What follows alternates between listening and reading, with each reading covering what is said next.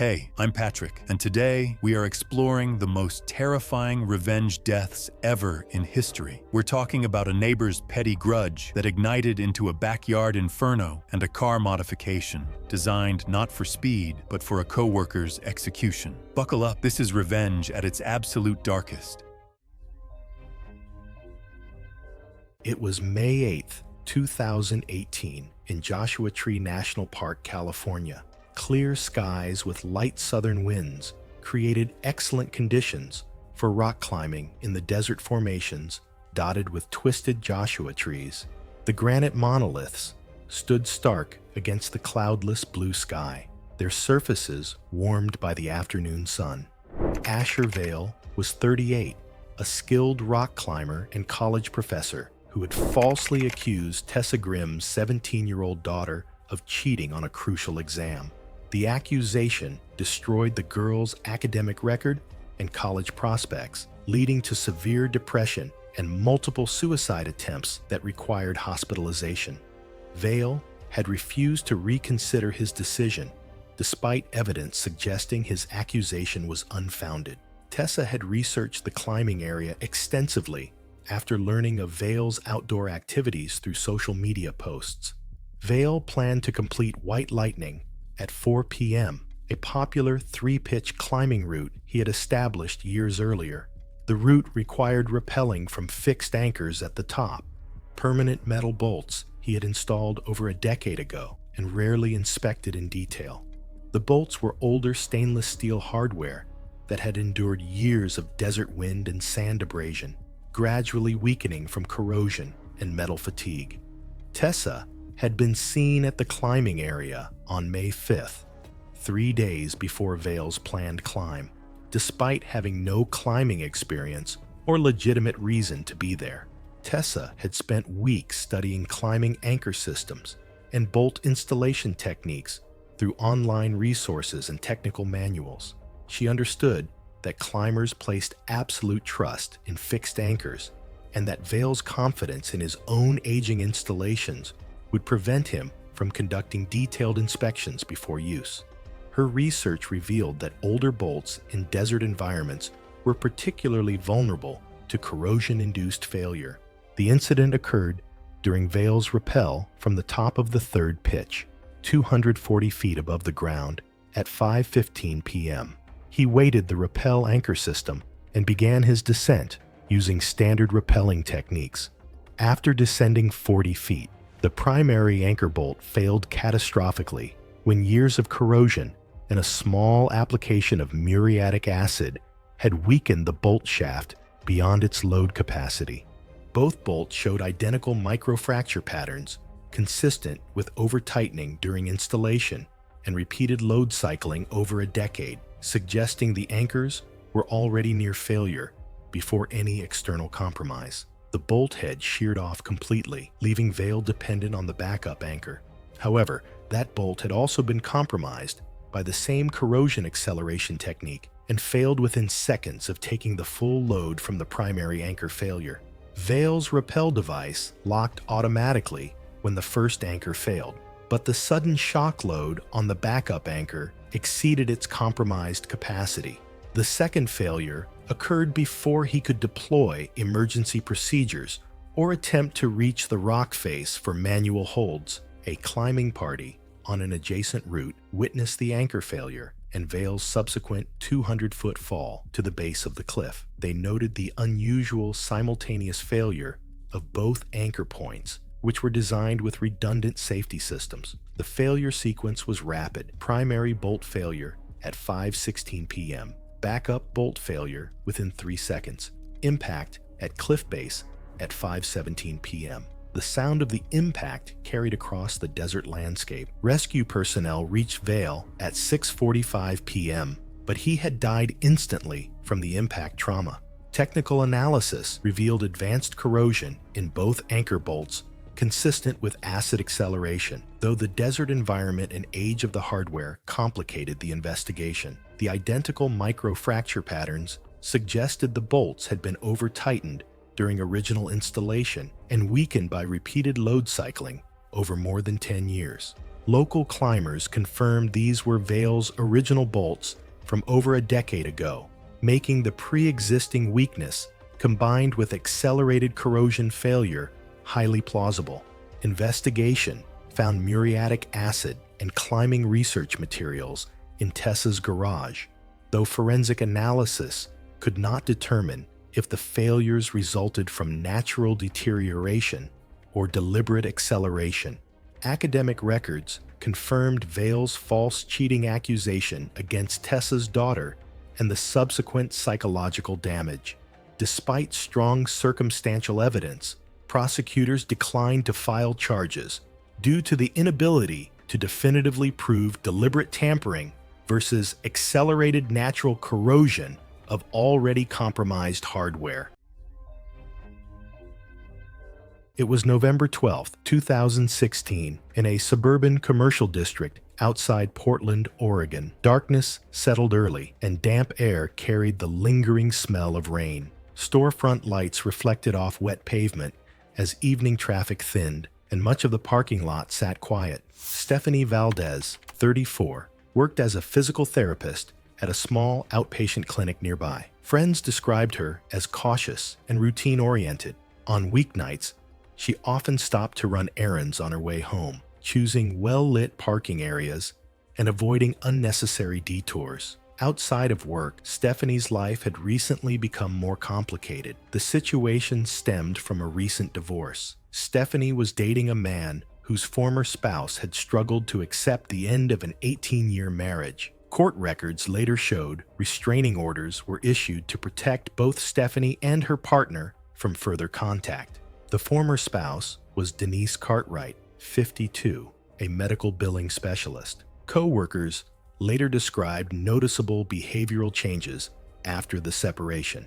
Denise fixated on the belief that Stephanie was responsible for the collapse of her marriage. The restraining orders prohibited all contact and required Denise to remain more than 100 yards away. Despite this, records showed repeated violations that resulted in warnings but no jail time. In the weeks leading up to November 12th, Denise tracked Stephanie's movements, photographing her vehicle, noting arrival times, and following her routine through publicly available information. That evening, Denise followed Stephanie from work at a distance. Stephanie drove to a shopping center, parked near the rear of the lot, and entered a department store alone.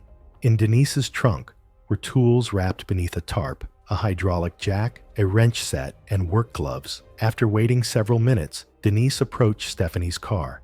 Security footage later showed her crouching beside the front driver's side wheel, working quickly. Mechanical investigators later determined Denise loosened the lug nuts just enough to remain stable at low speeds while failing during sustained turns. The method matched the instructions found in her online search history. Denise returned the tools to her trunk and left the lot. Stephanie finished shopping and drove away. The vehicle showed no immediate signs of trouble through the parking lot or nearby streets. As she continued along a multi-lane arterial road, traffic moved normally. While making a turn at a signalized intersection, lateral forces exceeded what the compromised wheel assembly could tolerate. The loosened lug nuts failed, and the front driver's side wheel separated from the hub. The car dropped onto its front left corner, metal scraping against pavement as sparks trailed behind. The loss of control sent the vehicle across the center line and into oncoming traffic. A pickup truck struck the driver's side, collapsing the door frame. Bystanders called emergency services immediately. Responders arrived to find Stephanie trapped and unresponsive. Fire crews used hydraulic tools to extricate her before transporting her to a nearby trauma-capable medical center. Stephanie died later that evening. The medical examiner determined the cause of death as traumatic brain injury and hemorrhagic shock. Accident reconstruction ruled out fault by the pickup driver and identified mechanical failure. Forensic inspection revealed deliberately loosened lug nuts and tool markings inconsistent with accidental wear. Surveillance footage, vehicle records, and restraining order documentation led investigators to Denise Cartwright. Investigators recovered tools and digital records from Denise's residence documenting weeks of preparation. Confronted with the evidence, she acknowledged her role in the sabotage. She was convicted of murder in the second degree and sentenced to life in state prison, with a minimum of 25 years before parole eligibility. It was August 12th, 2016, inside a regional call center in Decatur, Georgia. The overnight floor was sparsely staffed with rows of cubicles lit by fluorescent panels and only a small customer support team working late hours. The building was sealed from outside heat, and internal security systems restricted access to specific corridors and exits. Regina Collins was 55 and had worked the night cleaning shift at the building for 7 years. She moved methodically through assigned zones each evening, vacuuming aisles, emptying bins, and sanitizing shared spaces after the daytime staff left. Soft-spoken and rule-oriented, Regina was known for reporting safety violations to supervisors, including blocked exits, propped doors, and unsecured equipment. Management documented several of her reports over the years, which led to formal warnings for night staff. Derek Hale, 26, worked overnight customer support and had been written up twice in the prior 6 months. Both incidents tied directly to complaints Regina submitted after finding him smoking near the rear exit and using the emergency stairwell for unauthorized breaks. The most recent complaint resulted in Derek losing eligibility for an internal promotion and receiving a written reprimand that was read aloud during a team meeting. Coworkers later reported that Derek openly blamed Regina for ruining his job and referred to her as the reason nobody could relax on nights anymore. 2 days before the incident, Derek confronted Regina in the hallway near the supply closet, accusing her of reporting him and costing him money. Regina did not respond and documented the interaction with her supervisor. That report was forwarded to Human Resources but had not yet been addressed. Security footage later showed Derek pacing near the rear corridor for several minutes that night, watching Regina clean offices near the storage area adjacent to the emergency exit. Derek entered the maintenance room and removed a heavy industrial padlock normally reserved for securing exterior dumpsters. He walked to the rear emergency exit, the route Regina routinely used to access the storage area, and looped a heavy-duty chain through the panic bar, securing it with the industrial padlock. He tested the handle twice to confirm it would not open, then returned to his workstation. Investigators later confirmed that Derek knew Regina was working alone in that section and that the locked door eliminated her closest exit. An electrical fault in a nearby storage area ignited plastic containers and insulation, producing thick black smoke that spread rapidly through the rear corridor. Fire alarms activated immediately. Night staff evacuated through the main exits within minutes. Regina, positioned near the storage area, moved instinctively toward the rear exit she had used hundreds of times before. Security footage showed Regina reaching the locked exit and pulling the handle repeatedly as smoke rapidly filled the corridor. She dropped to the floor to avoid the fumes, attempted to retreat toward the front exits, then returned to the door and struck it before collapsing nearby. Fire crews later found her unconscious near the storage room window, and she was pronounced dead at the hospital. The medical examiner determined she died from smoke inhalation and carbon monoxide poisoning. Additional footage confirmed Derek had locked the exit shortly before the fire. During questioning, he admitted he did so to punish Regina and acknowledged he knew she was working alone near that door. Prosecutors concluded the act was deliberate, targeted, and carried out with clear awareness of the danger posed by sealing an occupied emergency exit. Derek Hale was convicted of murder and interference with emergency egress and sentenced to 25 years in prison. Investigators concluded that Regina Collins would have escaped if the emergency exit had not been deliberately blocked, and ruled her death the direct result of a targeted retaliatory act.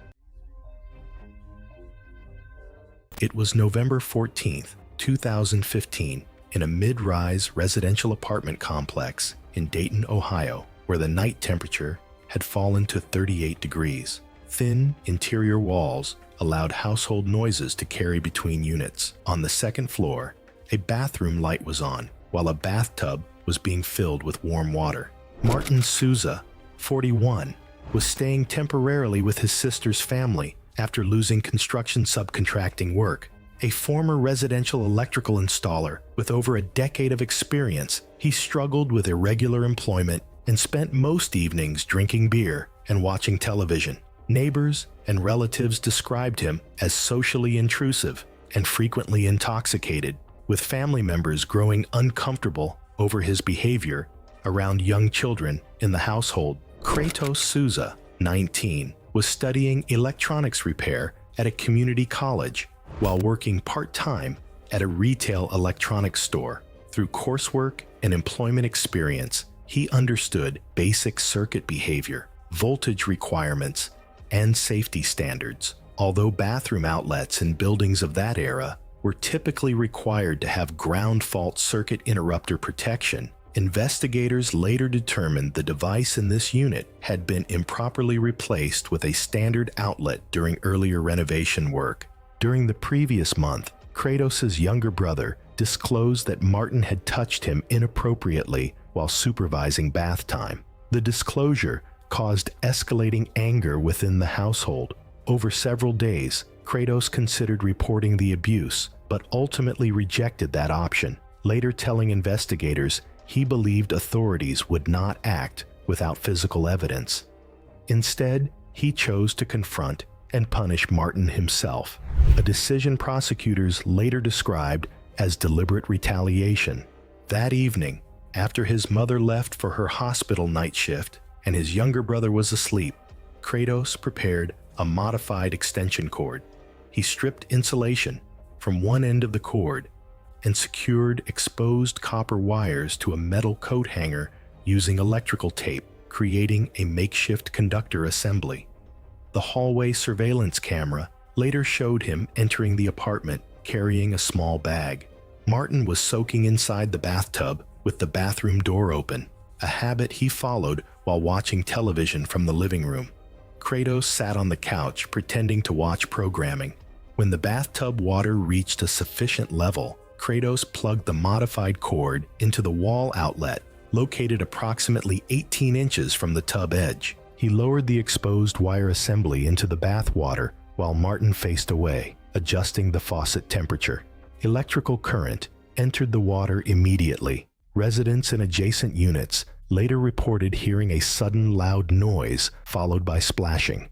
Inside the bathroom, 120-volt alternating current traveled through the bath water and Martin's body, causing involuntary muscular contraction and disruption of cardiac rhythm. Movement continued briefly before becoming still, and Martin's head slipped below the water surface. As one of the exposed conductors made contact with the grounded metal drain assembly beneath the water, the circuit overloaded and the breaker tripped, cutting electricity to the bathroom and hallway. Mrs. Chen, who lived directly below the unit, called building maintenance after hearing a heavy impact followed by water movement noises.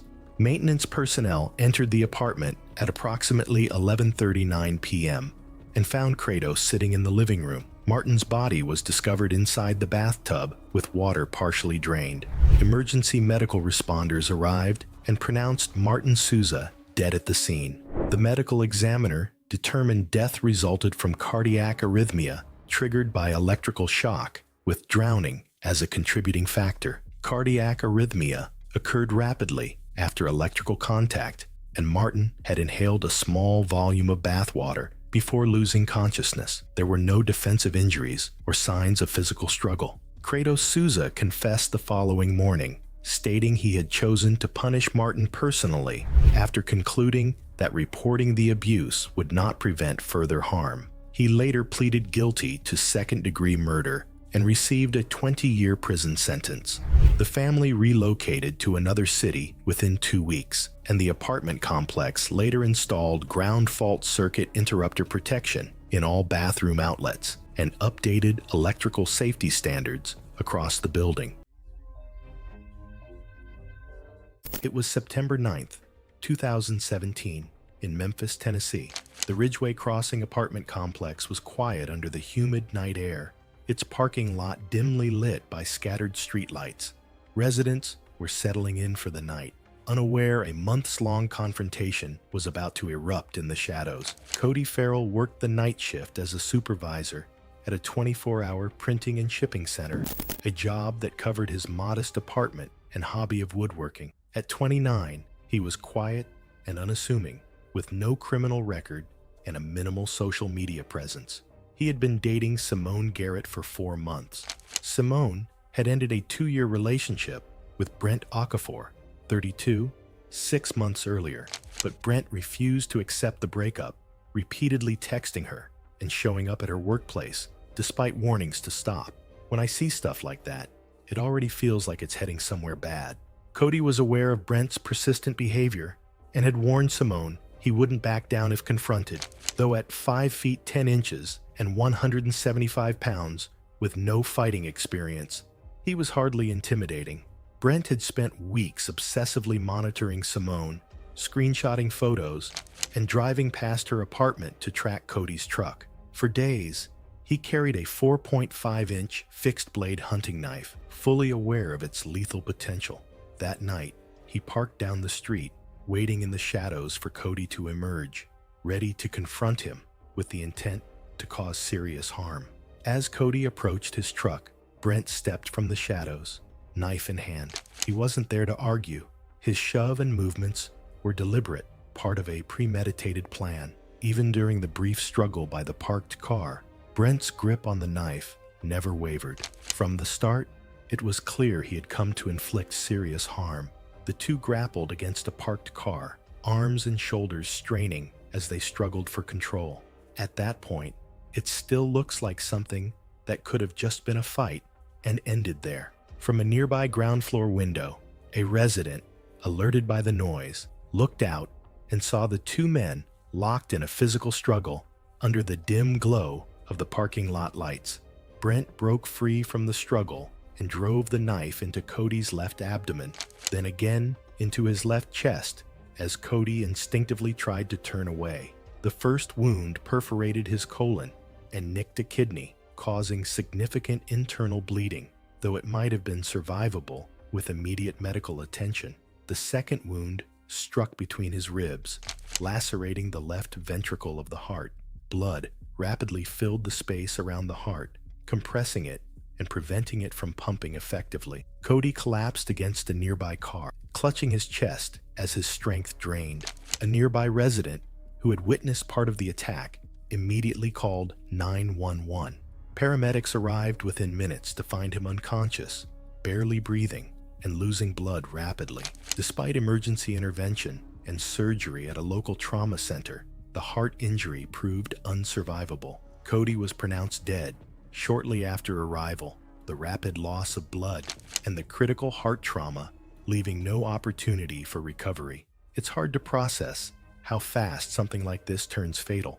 Minutes earlier, it looked like just another confrontation in a parking lot. The county medical examiner determined the chest wound caused rapid blood loss and cardiac compression, making survival unlikely in a parking lot setting. Security cameras captured the attack and Brent walking away with the knife. The weapon was recovered nearby, with Brent's DNA on the handle and Cody's blood on the blade.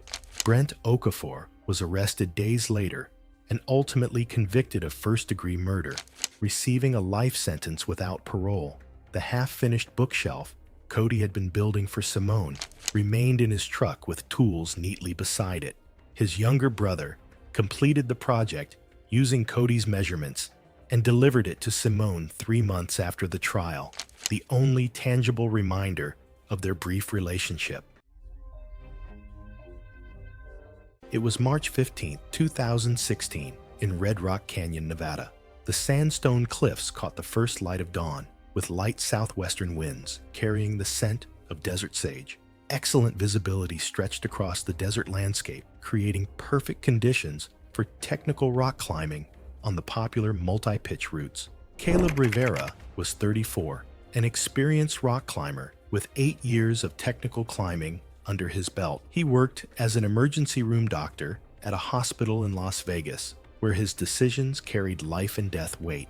2 years earlier, Rivera had declared David Kellerman's 72-year-old mother brain dead following a stroke and authorized organ harvesting despite Kellerman's desperate pleas to wait for experimental treatment. The two men had been climbing partners during medical school, but their friendship ended abruptly after the hospital incident. Kellerman discovered his mother's insurance would have covered a costly experimental procedure that Rivera dismissed as false hope. When the treatment later proved successful in similar cases, Kellerman became convinced Rivera had murdered his mother to harvest organs for a prestigious transplant program that would advance his career. Their once close friendship turned into consuming hatred, with Kellerman publicly accusing Rivera of sacrificing his mother's life for professional recognition. Rivera planned a solo climb on Solar Slab, a popular moderate route he had completed dozens of times.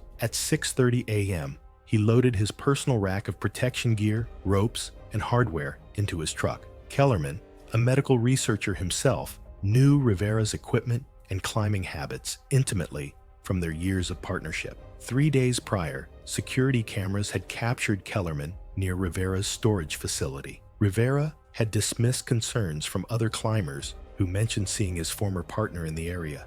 Kellerman had climbed this exact route with Rivera at least a dozen times and knew precisely which pieces of gear would bear the most critical loads during the ascent. Rivera's confidence in his gear was absolute. He performed the same pre-climb inspection ritual every time, checking each piece visually, but never stress-testing equipment that had performed reliably for years. The incident occurred 180 feet up the main face of Solar Slab at 9:23 a.m. Rivera had placed his third piece of protection, a spring-loaded camming device, into a horizontal crack in the sandstone. As he moved past the placement and weighted the rope during arrest, the cam failed catastrophically when its trigger wire had been cut in a precise way that allowed the cam lobes to partially retract under load, causing the entire device to slip from the crack. The failure created a 40-foot fall onto his previous protection point. However, that piece,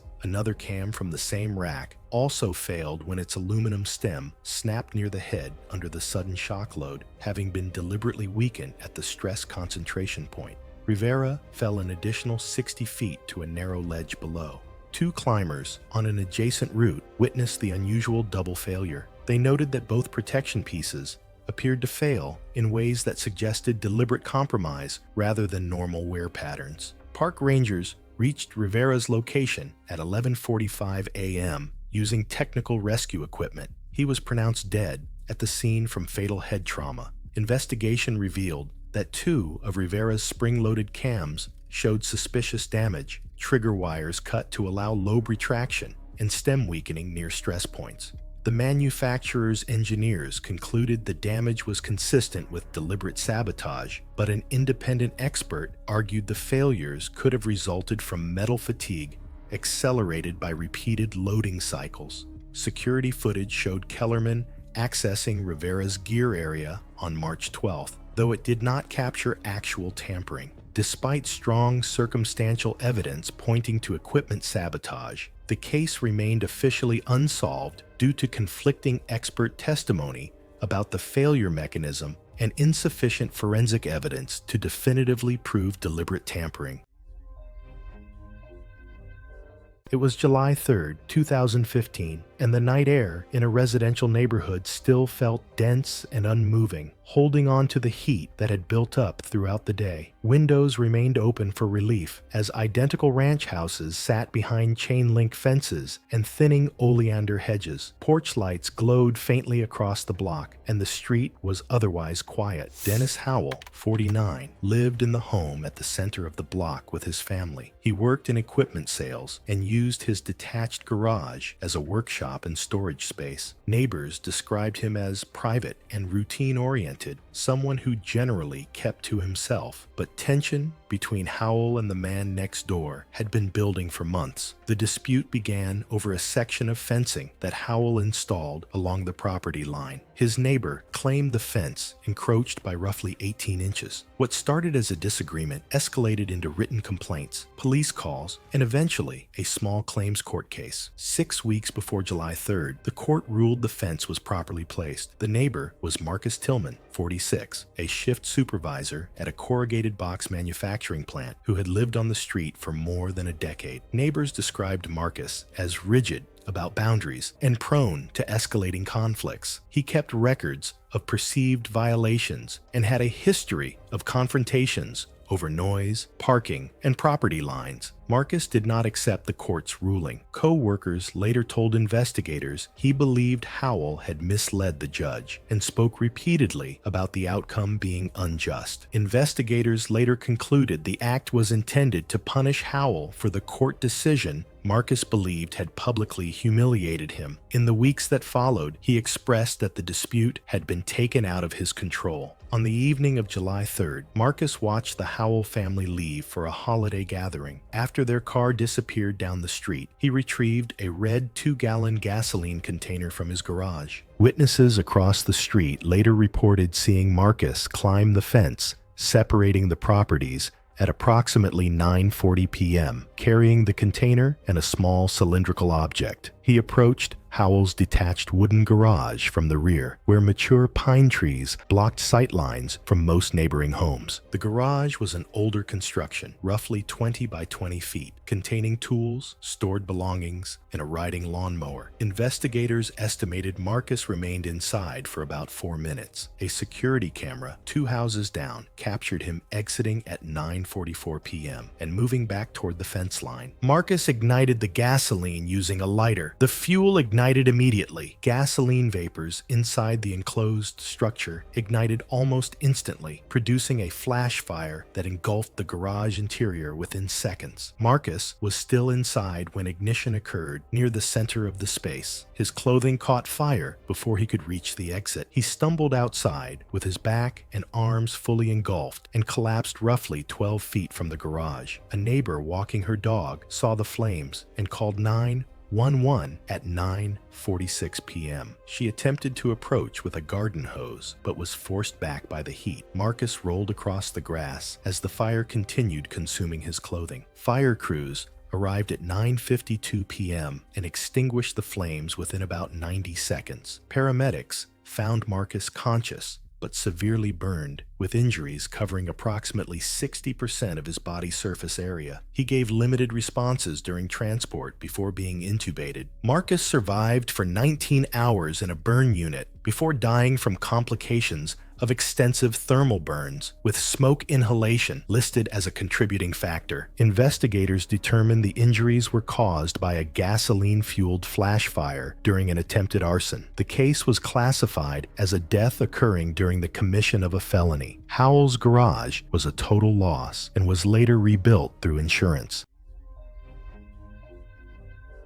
It was October 3rd, 2017, at a suburban daycare center in Austin, Texas. The afternoon sun warmed the playground. Laughter echoed from children on swings, and caregivers moved between snack time and nap time. Nothing suggested that the day would end in tragedy. Among the staff was Marissa Clark, 29, a dedicated preschool teacher known for her strict adherence to safety rules and routines. She insisted that gates remain latched, toys be sanitized, and children be supervised at all times. Parents appreciated her vigilance, but some co-workers found her meticulous approach frustrating, especially James Frazier, a maintenance assistant who often resented being corrected for safety lapses. Over the months, Marissa had reported James multiple times for skipping safety checks, leaving gates unlatched, using broken equipment, and neglecting minor repairs. Each report triggered formal warnings from management. James felt humiliated and blamed Marissa for what he saw as constant interference in his work. Co-workers later testified that he frequently expressed frustration with her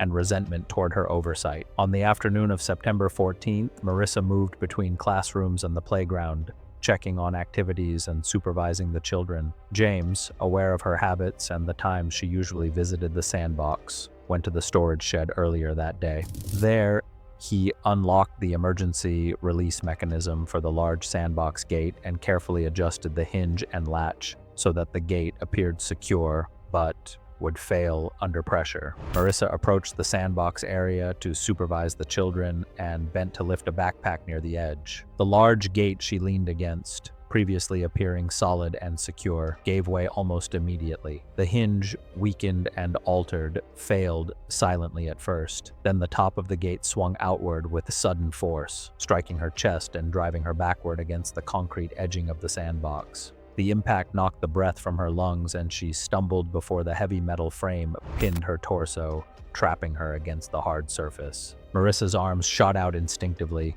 fingers clawing at the gate and the surrounding sand as she tried to shift her weight and free herself. Each movement only caused the gate to press harder against her, the angle and leverage working against her. The cold metal frame cut into her clothing and skin, leaving marks as she struggled. Her breathing grew labored, chest rising and falling in shallow gasps as panic set in, and the children's cries filled the air with a piercing urgency. Nearby staff rushed to lift the gate, but the heavy metal shifted unpredictably, trapping her further. Marissa twisted and pushed with all her strength, struggling to breathe as pressure built.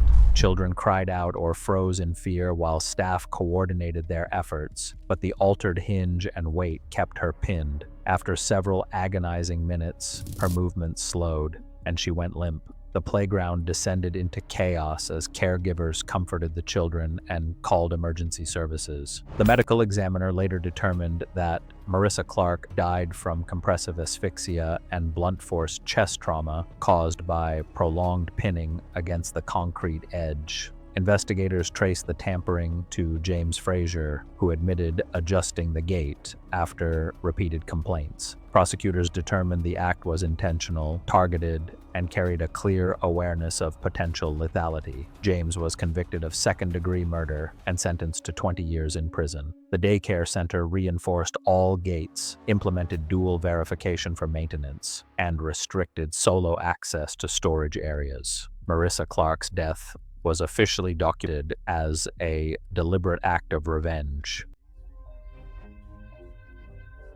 It was March 8, 2016, in a suburban residential neighborhood in Bakersfield, California, where afternoon heat pressed against single-story ranch houses along the street. A 6-foot wooden fence enclosed a backyard sandbox beside a detached garage, keeping it hidden from street view.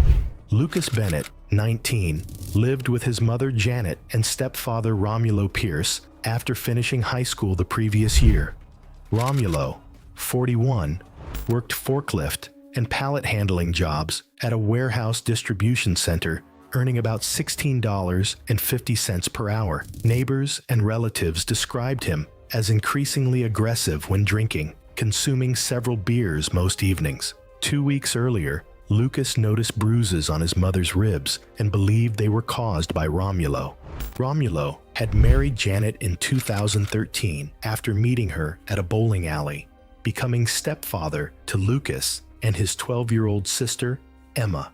Police had responded to 3 domestic disturbance calls at the residence since 2014, though Janet declined to press charges. According to later statements, Lucas concluded the violence was ongoing and decided to retaliate, believing it was the only way to stop the abuse. The backyard sandbox measured 8 feet by 12 feet and contained several tons of playground sand installed years earlier. In the week prior, Lucas had gradually removed sand during afternoons when no one was home, creating a narrow cavity approximately 4 feet deep beneath a thin leveled surface layer.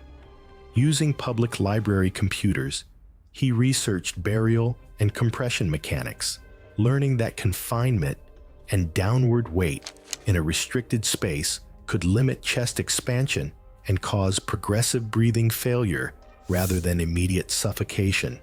Later that evening, Romulo returned home after drinking while Janet worked her night shift. Surveillance footage showed Lucas briefly adjusting the sand surface and telling Emma he was building something, asking her to stay inside. When Romulo stepped out to smoke, Lucas told him he had found something buried in the sandbox and asked for help checking it. Romulo stepped into the pre-dug cavity lined beneath with a folded plastic tarp. As he bent forward to inspect it, Lucas shoved him from behind, causing him to fall chest first into the narrow hole. Lucas pulled the tarp upward around his torso and rapidly shoveled sand into the space. Having consumed several beers, Romulo attempted to push upward, but the narrow cavity restricted shoulder movement and prevented him from gaining leverage. The shifting sand collapsed inward as he moved, eliminating stable footing and limiting arm extension.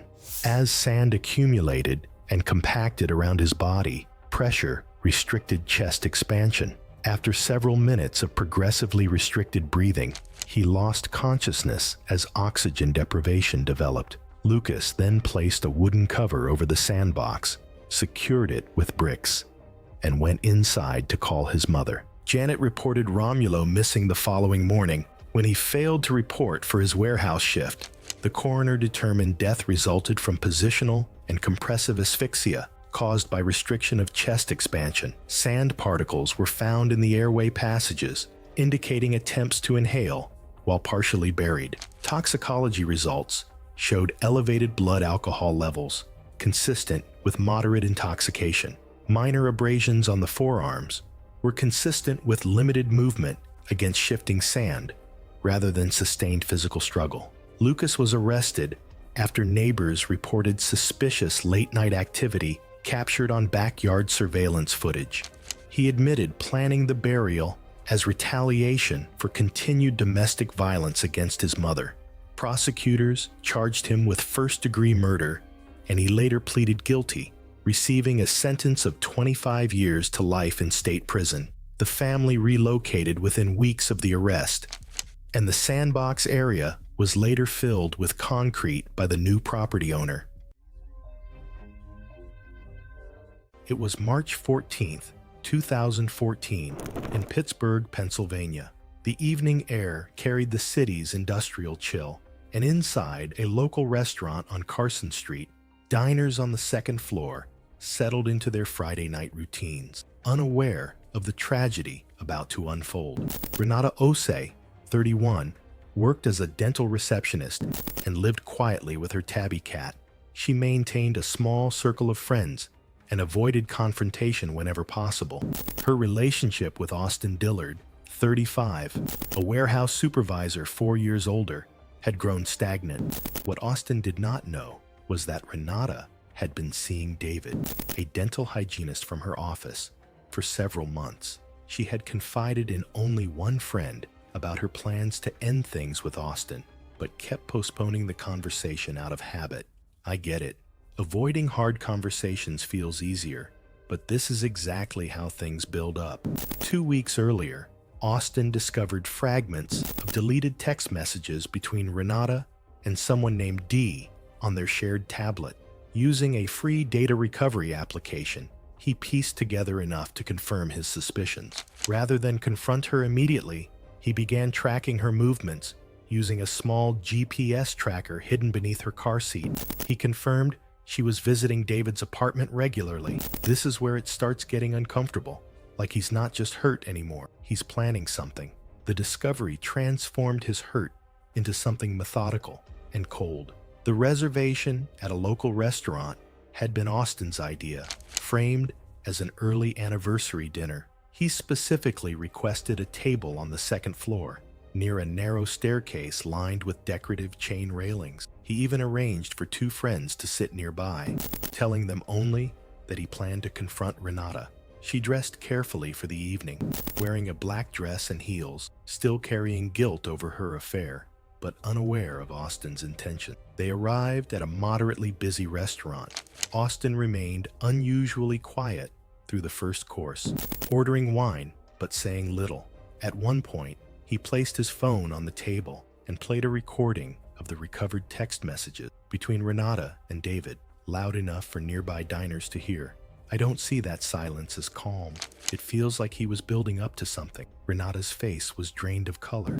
She rose immediately, reaching for the phone while attempting to stop him, but he grabbed her wrist firmly. Panic flared as she announced she was leaving. Austin positioned himself between her and the staircase, and as she tried to move around him toward the exit, He grabbed her upper arm with both hands and shoved her forward while she was turning to get past him. And in my head, this is the exact moment everything crosses the line. It goes from words to something physical way too fast. The decorative chain caught her at hip height, but off balance and in heels. Her momentum carried her over the barrier. She fell 14 feet down the narrow stairwell, landing head and shoulder first on the tiled foyer floor below. The impact reverberated through the restaurant. 7 diners witnessed the shove, and security footage captured the entire sequence. I can't even imagine how fast that happened. 1 second it's an argument, the next it's over. Renata lay motionless at the base of the stairs, blood pooling from a laceration on her right temple. Her right shoulder was visibly deformed, and her neck bent unnaturally. The restaurant manager called 911, and paramedics arrived within minutes. She was transported to a local hospital, but never regained consciousness. The fall had caused an epidural hematoma, bleeding between the skull and brain that rapidly increased pressure, pushing her brain sideways. Medical authorities determined that Renata died from a severe traumatic brain injury, along with a fracture in her neck. The autopsy showed bleeding in the brain that quickly built up pressure. Her C4 vertebra was also fractured and displaced, confirming significant impact to her neck. Even with immediate surgical intervention, the brain herniation had progressed too far.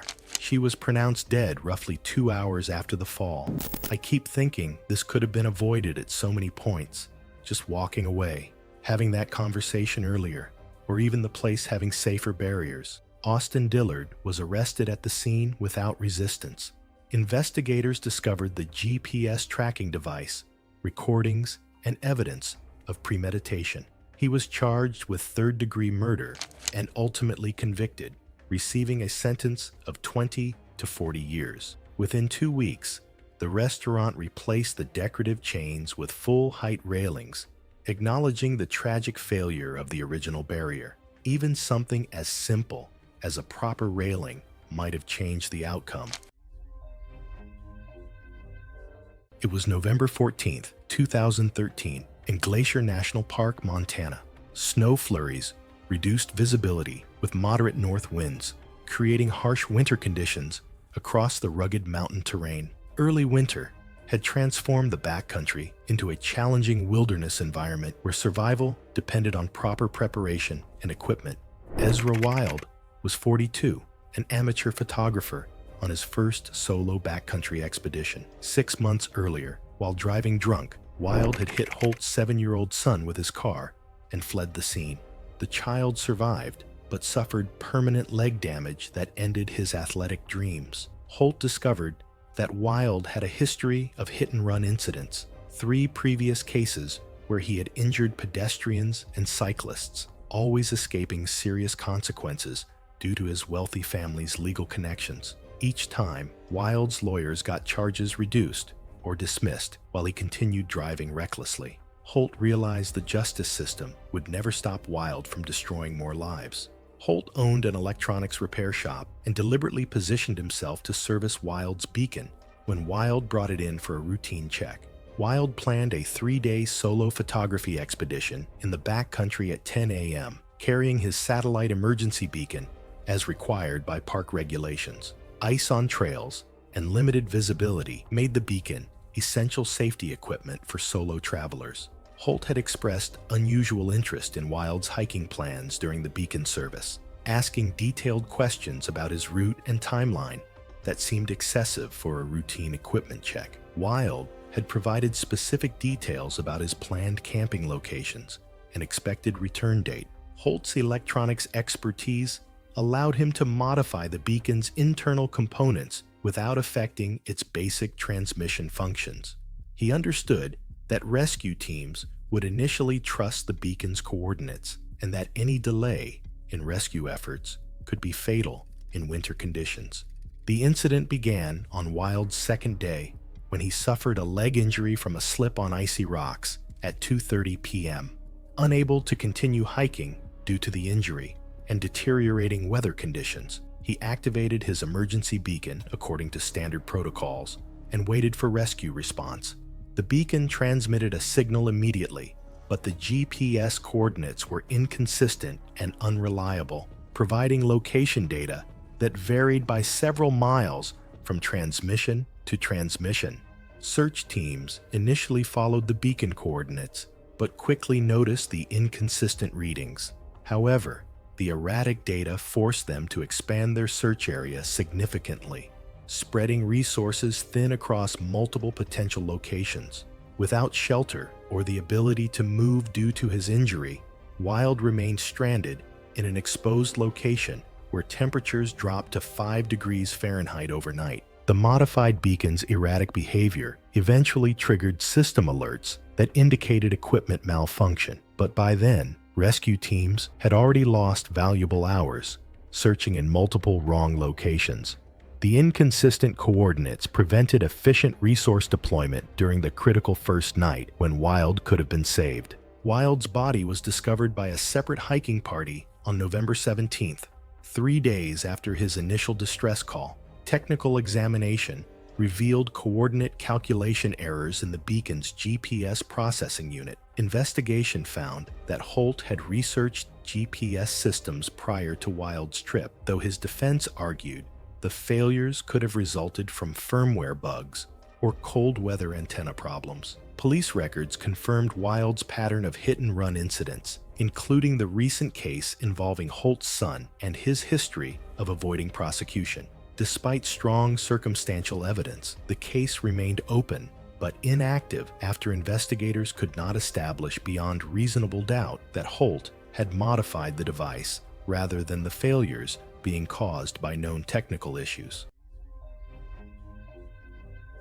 It was January 8, 2017, and steady snow covered an industrial office park in upstate New York. The complex was nearly empty for the weekend. Parking lots were unplowed, loading docks sat unused, and most offices were dark except for motion-activated security lights cycling on and off in the distance. Dale Brennan, 44, was a mid-level manager at a small software firm operating out of one of the buildings. He supervised a team of developers and was responsible for performance reviews and scheduling assignments. Co-workers described him as rigid and methodical, someone who enforced deadlines strictly and documented issues carefully. He arrived early most mornings, often working alone before the office filled. Several weeks earlier, Dale had formally documented performance deficiencies for Kevin Pratt, 28, a developer on his team. After multiple warnings and missed deadlines, Dale signed off on Kevin's termination in mid-December. Kevin disputed the decision, telling acquaintances the dismissal was retaliatory and intended to silence complaints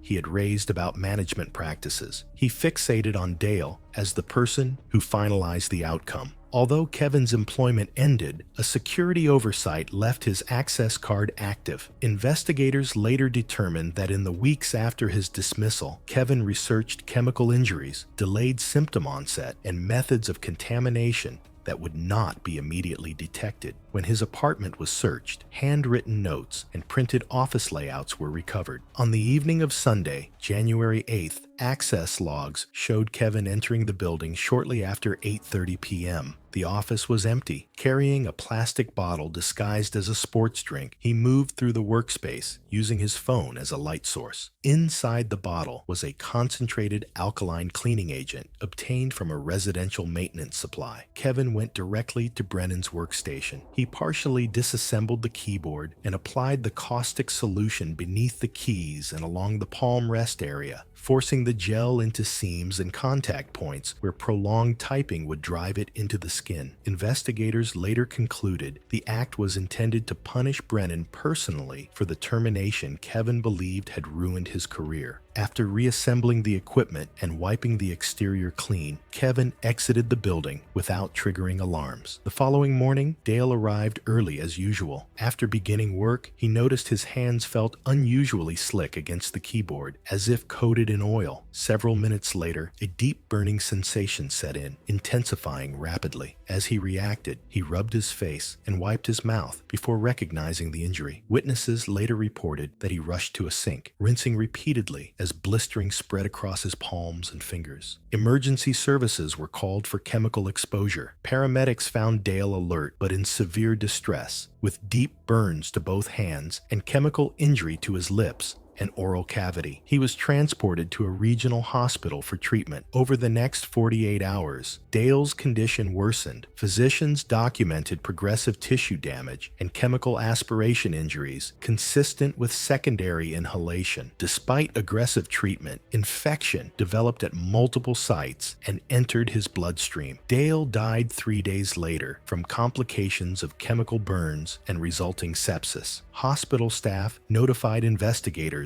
after identifying the contaminated keyboard and mouse. Security logs and surveillance footage confirmed Kevin Pratt's unauthorized entry into the building the night before. A search of his apartment uncovered remaining cleaning chemicals, printed office layouts, and handwritten notes outlining the plan. Kevin was arrested without incident 2 days later. He was charged with second-degree murder and aggravated assault involving a chemical agent. During trial proceedings, prosecutors argued the act was a deliberate attempt to harm Dale Brennan in retaliation for the termination decision. Kevin was convicted on all counts and sentenced to a lengthy prison term. Investigators concluded the attack was a targeted act of revenge. The company later revised its access termination procedures, and the case was formally closed following sentencing. February 9th, 2013, in a quiet suburban home in Tampa, Florida. Late afternoon, sunlight filtered through the living room windows, casting long shadows across scattered children's toys and a coffee table cluttered with everyday items. Outside, neighbors moved through their routines, walking dogs, trimming hedges, and talking across driveways, unaware of the tension unfolding inside one house. Sachi Torres, 34, was a small business owner and mother of 2 young children. She was known among friends and family for her organization and careful attention to her household. Following a difficult breakup the previous year, she had taken steps to distance herself from her former partner, Aaron Naval, 36. Their relationship had ended amid repeated arguments over finances and trust, leaving lingering resentment. Sachi had openly discussed the breakup with relatives and friends, a decision that Aaron viewed as humiliating and damaging to his reputation. In the months after the separation, contact between them was limited but strained. Investigators would later determine that Aaron fixated on the perceived embarrassment, blaming Sachi for exposing his behavior to others. Over time, that resentment hardened into a deliberate intent to retaliate. On the afternoon of February 9th, Aaron arrived at Sachi's home, claiming he needed to return personal belongings. The visit appeared routine. He spoke calmly with Sachi, acknowledged the children, and moved through the house without drawing concern. Investigators later concluded the visit had been planned in advance, timed to coincide with a period when Sachi would be managing household tasks and childcare simultaneously. As part of her afternoon routine, Sachi spent time working inside the garage while tending to household tasks. At some point, a portable generator was operating nearby, a detail that did not initially raise alarm. Aaron remained briefly, maintaining a relaxed demeanor before stepping away from the area. Nothing about the interaction suggested immediate danger.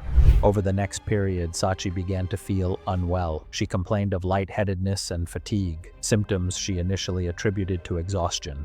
Her movements slowed, and she leaned against nearby surfaces for support. The children noticed their mother's condition worsening and became distressed. Sachi soon collapsed and lost consciousness. The children alerted a neighbor who called 911. Emergency responders arrived within minutes, but Sachi showed no signs of life. She was pronounced dead at the scene. There were no visible injuries or indications of a struggle, prompting authorities to treat the death as suspicious. A medical examination later determined that Sachi died from acute carbon monoxide poisoning. Investigators concluded the exposure occurred within a confined space and over a short period, leading to rapid oxygen deprivation. The death was ruled a homicide. Investigators later concluded that the lethal exposure occurred within the enclosed garage and that Aaron was not present in the space during the critical period. During the investigation, authorities identified evidence indicating the generator involved had been deliberately interfered with prior to use. Further inquiry revealed that Aaron Navel had been present during the relevant period and had exclusive opportunity to tamper with the equipment. When questioned, he initially denied involvement but later confessed, admitting the act was motivated by long-standing resentment and a desire for revenge stemming from the breakup. Prosecutors cited evidence of advanced planning and intentional interference in pursuing a first-degree murder charge. Aaron Navel was convicted and sentenced to life in prison without parole. Authorities officially classified Sachi Torres' death as a targeted, premeditated act of revenge carried out within the family home, one driven not by impulse but by prolonged grievance and deliberate intent. It was October 3rd, 2018, inside a long-term care residence in a quiet desert city district in southern Nevada, where elderly patients lived under continuous medical supervision. The two-story facility faced a small parking lot monitored by security cameras, and most residents were resting during the afternoon shift, while staff conducted routine care checks. Eleanor Grant, 82, was a retired elementary school librarian who worked for 37 years before retiring in 2003. She developed early-stage dementia after a household fall several years earlier and moved into the residence when independent living became unsafe. Although her memory was inconsistent, she could still recognize family members during video calls with her daughter Jennifer, who lived in another state.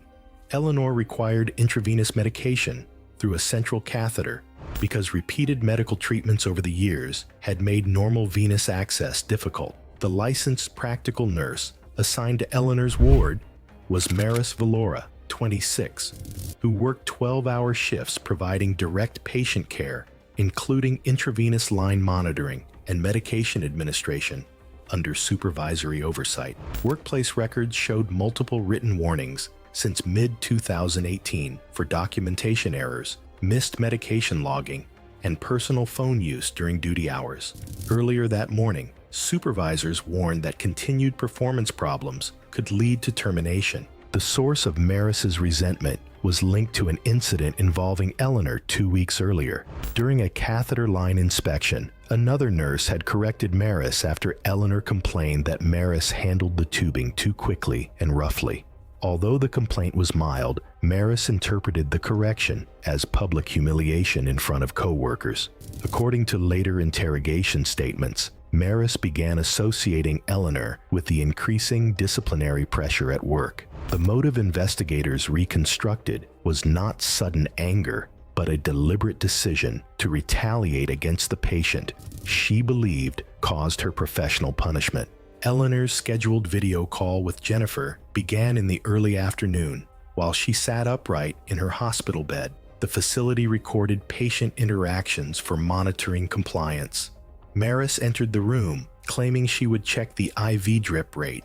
Through the video connection, Jennifer saw the nurse moving around the bedside while continuing normal conversation with her mother. Maris disconnected the catheter tubing and used a 60-milliliter syringe to draw air from the room atmosphere. She then rapidly injected the air directly into the central catheter line, while Eleanor continued speaking with Jennifer about family news. The fluid-filled tubing briefly appeared hollow as a clear gap moved through the line before reaching the central access port. Within minutes, Eleanor complained of sudden chest discomfort and shortness of breath. Her speech slowed as her breathing became labored and irregular. Jennifer watched through the video call as Eleanor's complexion faded, and she pressed a hand against her chest before losing consciousness. Jennifer immediately called the facility emergency line while remaining connected to the call. Medical staff arrived quickly and began resuscitation attempts, but Eleanor had suffered cardiac arrest associated with a massive air embolism. Paramedics continued advanced life support for several minutes, but death was declared shortly afterward. The video call remained active throughout the emergency response. The medical examiner determined death resulted from cardiac arrest caused by intravenous air embolism. Post-mortem findings were consistent with a significant volume of air introduced into the central venous system through the catheter. Maris Valora was arrested and initially charged with first-degree murder. Prosecutors later accepted a plea agreement reducing the charge to second-degree murder in exchange for a guilty plea, and she received a 15-year prison sentence. The residents implemented dual verification requirements for catheter and intravenous line adjustments, requiring 2 licensed staff members to confirm any manipulation of patient tubing. Additional training was introduced to address workplace stress, patient interaction protocols, and medication handling safety. It was June 3, 2015, in Scottsdale, Arizona. Evening had cooled the desert, leaving the McCormick Ranch neighborhood quiet except for sprinklers and the occasional car. A contractor pulled into a large stucco home, carrying an invoice folder. Harlan Price had built his wealth flipping commercial properties during the Phoenix real estate boom. At 58, he lived alone in a large house, with only a part-time housekeeper for company. Over time, he had built a reputation among contractors for verbal abuse, withheld payments, and threats over minor disagreements. From everything documented later, it seems like most people just chose to walk away rather than deal with him. Dario Fuentes, 41, had been hired to retile a master bathroom and install a kitchen backsplash. The work had been completed within industry standards, but Harlan claimed one grout line was uneven and refused to release the second payment. When Dario pushed back, a contractor's lien was filed. Instead of resolving it, Harlan escalated, sending messages that threatened Dario's license and future work. I think this is where things start to shift. It stops being just about money and starts becoming personal. Over the next 2 weeks, Dario made repeated attempts to settle the issue. Each time, the response was the same: dismissal, insults, or no reply at all. The unpaid balance began affecting his finances, and the threats started to carry weight. From the outside, it looks like pressure building in a pretty predictable way. By the time he drove to the house that evening, the purpose had changed. The invoice folder was still in his hand, but I don't think that was really why he was there anymore. Harlan answered the door, already irritated. He had been drinking, and the house was empty except for the two of them. Inside the kitchen, the conversation broke down quickly. He repeated that he wasn't paying, called the work substandard, and told Dario to leave. This time, Dario didn't interrupt. He stood there longer than before, listening. The exchange stretched out just enough to feel different, not like a negotiation, but like something being decided in real time. When Harlan turned slightly away, mid-sentence, dismissing him, Dario stepped forward and threw a single, controlled punch to the side of his head. That moment is the clearest indicator of intent to me. There wasn't an immediate threat forcing a reaction. It came after a pause. That makes it feel less like self-defense and more like a decision he had already moved toward before throwing it. The punch landed cleanly, immediately disorienting Harlan. With his balance already affected by alcohol, he fell backward, striking the edge of the granite kitchen island before collapsing onto the tile floor.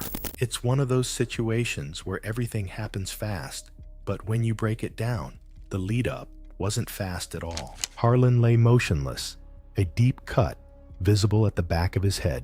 The initial strike caused neurological disruption, and the impact against the granite resulted in a skull fracture and internal bleeding. Dario didn't stay. After a brief pause, he turned and left the house, getting back into his truck and driving away from the property. Harlan was discovered later and transported to a hospital, but never regained consciousness. Security footage and prior messages suggested the incident stemmed from a prolonged dispute rather than a sudden reaction, and medical authorities confirmed he died from blunt force, head trauma, worsened by alcohol.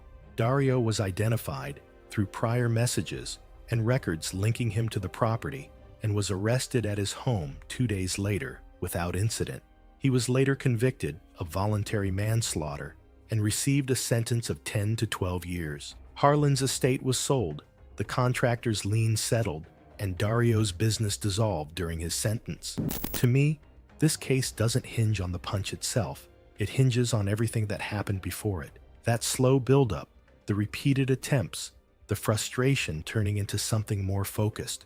By the time that moment came, it didn't feel reactive anymore. It felt like a line had already been crossed internally before anything physical even happened.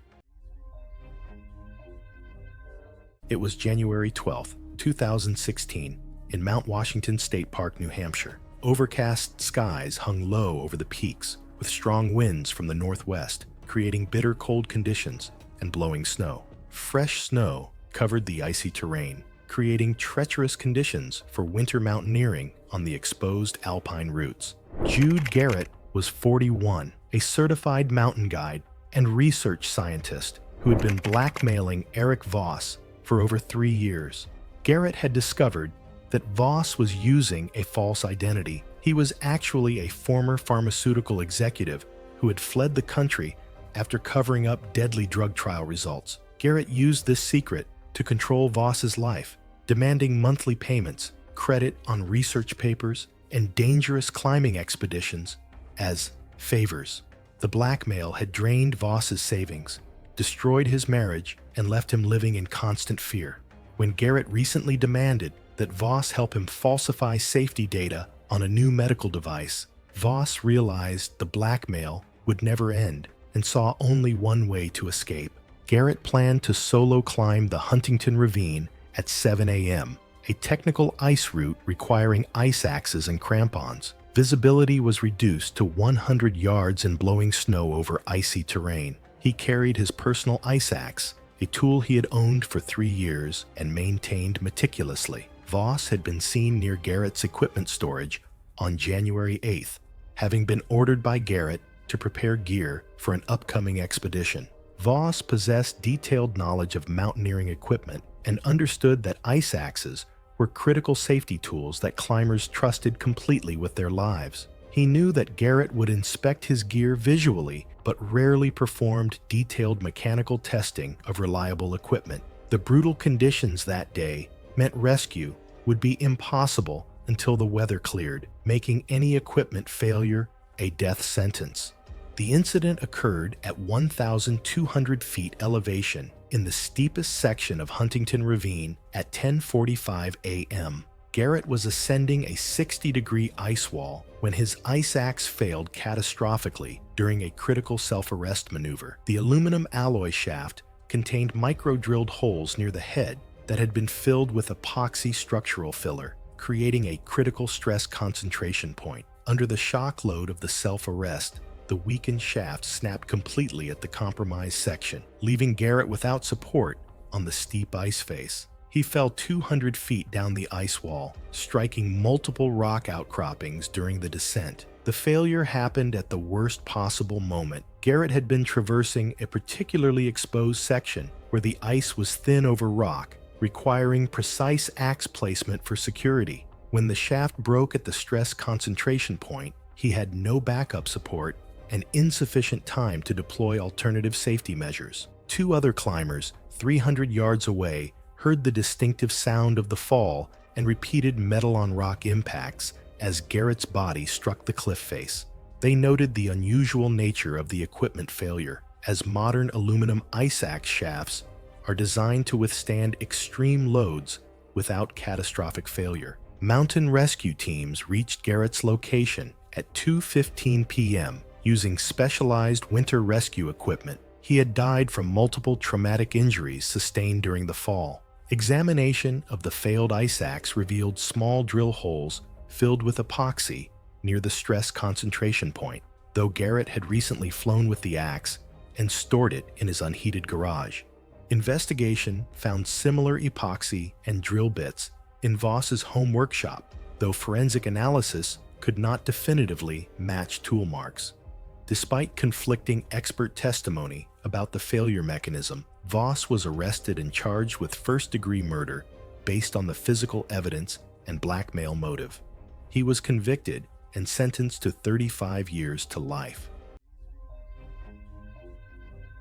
It was December 18th, 2014, in a quiet suburban neighborhood outside Chicago. A modest two-story home was decorated for the holidays. Warm light spilled from the windows, and the smell of baked goods lingered in the cold air. Wrapped gifts were stacked along a dining room wall, and handwritten holiday cards sat neatly arranged on a table, waiting for stamps. Marcus Holbrook, 55, had arrived that evening to meet with his older sister. He worked in logistics and lived several hours away, which had limited in-person contact in recent years. Since their mother's death 7 weeks earlier, communication between the siblings had become strained and strictly practical. Their mother's will divided the estate evenly among the 3 siblings. Marcus's sister believed the distribution failed to account for the role she had played as primary caregiver during their mother's final 2 years. Meetings with the estate attorney ended without changes. The will was clear and legally binding. That sister was Vanessa Holbrook, 58, the eldest of the 3. She had coordinated medications, medical appointments, and daily care while her siblings visited infrequently. Friends later described her as increasingly resentful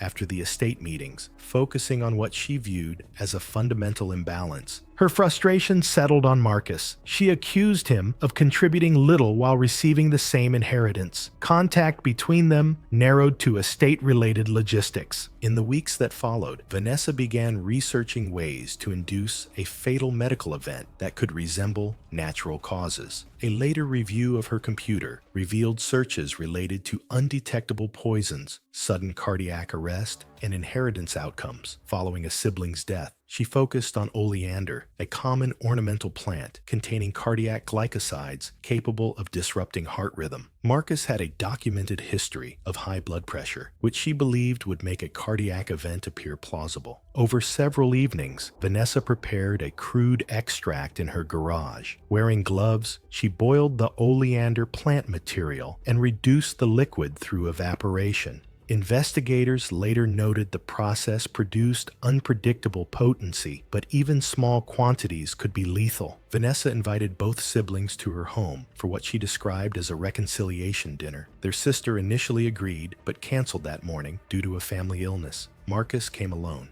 Earlier that afternoon, Vanessa prepared iced tea and stored it in a glass pitcher in the refrigerator. Investigators later determined she added the oleander extract using a teaspoon kept in the pantry for flavoring syrups. The utensil was rinsed briefly and left on the counter. When Marcus arrived, Vanessa poured 2 glasses of tea. Marcus drank steadily while they talked. Vanessa took only a few sips. Within an hour, Marcus complained of nausea and dizziness. He became disoriented, then collapsed in the living room. Vanessa called emergency services, reporting a sudden medical emergency. Paramedics arrived to find Marcus unresponsive with an irregular, chaotic heart rhythm. Advanced life support was initiated during transport to a nearby hospital, but his condition deteriorated rapidly. He was pronounced dead later that evening. The medical examiner ordered toxicology testing after reviewing the circumstances of the collapse. Results revealed lethal levels of cardiac glycosides consistent with oleander poisoning. Investigators recovered the iced tea pitcher, the preparation utensil, the remaining extract, and digital evidence documenting Vanessa's research and preparation. Vanessa was arrested after toxicology results confirmed the source of the poison. Investigators cited her preparation notes, search history, and residue analysis as evidence of intent. She was convicted of first-degree murder and sentenced to life imprisonment. The estate was distributed according to the original will. Detailed toxicology findings were sealed with a summary retained in the medical examiner's public record. 14 in a quiet suburban home in Columbus, Ohio. Afternoon light filtered through the kitchen as lunch was prepared, while outside the neighborhood moved through an ordinary spring day, masking a long simmering family conflict inside the house. Samantha Hall, 32, was a kindergarten teacher known for her structured routines and steady temperament. She lived in the home with her 5-year-old daughter, Emily, and her elderly mother, whom she cared for daily. Family life followed predictable rhythms, meals prepared at the same times, schoolwork handled at the kitchen table, and afternoons spent balancing childcare and household responsibilities. That stability had been strained over the previous year by disputes involving Samantha's estranged sister-in-law, Veronica Hall, 29. Arguments over inherited property and shared finances had grown increasingly bitter, often unfolding during tense family gatherings. Veronica felt sidelined and publicly embarrassed during these disputes, believing Samantha had influenced other relatives against her. While contact between the two women had become limited, resentment lingered unresolved. Earlier that afternoon, Veronica arrived at the house under the pretense of visiting Emily. The visit appeared ordinary. She spoke politely with Samantha, moved through the kitchen without drawing attention, and remained present as lunch preparations continued. Investigators would later determine that the visit had been planned in advance, timed to coincide with Samantha's routine and her divided attention between her daughter and mother. Veronica was familiar with Samantha's habits, how she prepared meals while supervising Emily, how she moved between the kitchen and dining area, and how drinks were often poured and left on the counter during meal setup. She positioned herself nearby, remaining inconspicuous as Samantha continued with lunch preparations. Her behavior did not raise concern at the time. As lunchtime approached, Samantha called Emily to wash her hands and poured herself a glass of lemonade from a pitcher on the counter. She drank from it briefly, then returned to arranging plates and food. Within a short period, she began to feel unwell. She paused, steadying herself against the counter as dizziness set in. Her movements slowed, and she appeared confused. The symptoms worsened rapidly. Samantha attempted to walk toward the dining area, but lost her balance and collapsed onto the kitchen floor. Emily screamed and ran toward her mother, drawing the attention of nearby family members. Veronica remained in the room briefly as Samantha's condition deteriorated, then left quietly before emergency responders arrived. Paramedics were called within minutes. Despite immediate medical intervention, Samantha was pronounced dead at the scene. There were no signs of physical struggle or external trauma. The suddenness of the collapse prompted a full medical investigation. Toxicology testing later confirmed that Samantha died from acute chemical poisoning, resulting in organ failure consistent with ingestion of a toxic substance. The findings indicated the substance had been consumed unknowingly and acted over a short period, leaving little opportunity for effective treatment. The death was ruled a homicide. Investigators traced responsibility to Veronica Hall through witness accounts, access timelines, and evidence of advanced planning, cited by prosecutors in support of a first-degree murder charge. During interrogation, Veronica admitted to deliberately harming Samantha, citing prolonged resentment over family disputes and perceived humiliation. She was charged with first-degree murder and later convicted, receiving a sentence of life imprisonment without parole. Authorities formally classified Samantha Hall's death as a deliberate, targeted act of revenge carried out within the family home.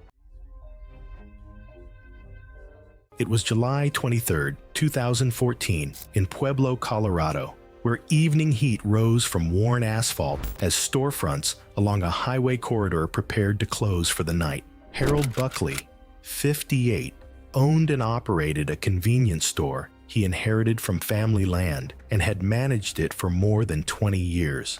Local residents had filed multiple complaints since 2010 describing discriminatory treatment toward young black male customers, though no criminal charges were filed. Harold kept a wooden defensive baton behind the counter and frequently contacted police to report suspected theft. Earlier that evening, 3 young men entered the store. Zaine Peralta, 21, had experienced a previous confrontation with Harold during an earlier visit. Surveillance observations later used in court showed Harold moving closely behind the group while they browsed the aisles. When Peralta placed a candy bar inside his pocket while continuing to walk, Harold accused him of theft. Peralta removed the candy bar and placed it on the counter, explaining he intended to purchase it with other items. Harold demanded Peralta empty his pockets and attempted to physically hold his arm while threatening to call police. The confrontation escalated verbally inside the narrow aisle. Peralta, Ziljian Carter, and Keon Hayes left the store without purchasing anything. During the drive around town afterward, the group discussed the incident. Peralta expressed anger over repeated treatment he considered racial profiling and humiliation inside the store. Prosecutors later argued the return to the store was an act of retaliation following the earlier confrontation. A few minutes later, the Ford pickup returned to the lot as Harold secured the front door for closing. Peralta approached him near the entrance and resumed the earlier dispute, referencing the accusation inside the store. The exchange lasted less than a minute before Harold pushed him backward near the concrete walkway bordering the storefront. Peralta stepped away and moved toward the idling pickup, positioned several yards from the doorway. Surveillance later reviewed in court showed Carter shifting the truck into drive while Peralta cleared the vehicle's path. The pickup rolled forward at low speed, then increased acceleration across the short stretch of pavement toward Harold, who remained near the entrance. The front passenger side of the truck struck Harold along his left torso, rotating his body toward the vehicle. His jacket sleeve became entangled around the passenger side mirror housing. No brake lights were observed as the truck continued moving across the uneven asphalt. Witnesses from a business across the highway later stated the engine sound remained steady as Harold was dragged behind the moving vehicle. The dragging extended roughly 150 feet toward a storage structure behind the building, with the vehicle maintaining a straight path across the lot. Fabric from the jacket eventually tore free near the rear service area. The truck then accelerated out of the lot, leaving Harold unresponsive on the pavement. Emergency services were called after a witness reported the event. Responders arrived within several minutes and pronounced Harold dead at the scene. The cause of death was catastrophic internal bleeding, resulting from rupture of major abdominal organs, combined with severe blunt force trauma to the head and skeletal system. Medical examination recorded fractures in the skull, ribs, pelvis, and both legs, along with widespread abrasion injuries consistent with prolonged dragging against rough pavement. Carter was convicted of murder and sentenced to life imprisonment. Peralta and Hayes were convicted as accessories for their roles in the retaliatory return to the store. The store was closed for 3 months before being sold to a regional retail operator. It was August 19th, 2016, in Columbus, Ohio. The Hilliard suburb was quiet, the summer heat fading, as a resident worked on a laptop inside a modest rental house, unaware that someone had been watching the home for weeks. Terrence Mulvey had built his identity around his social media channel, a modest operation with tens of thousands of followers who followed his local food reviews and amateur comedy sketches. At 27, he supplemented his part-time print shop income with modest AdSense revenue and occasional local sponsorships.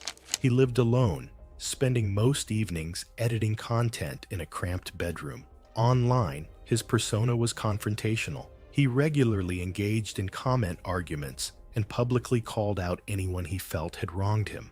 I feel like when your whole identity is tied to something like that, it's easy to take things way too personally. 6 months earlier, Deja Patton, 25, had posted a video exposing Terrence for allegedly stealing money from a group trip fund and sending harassing messages to a woman in their circle.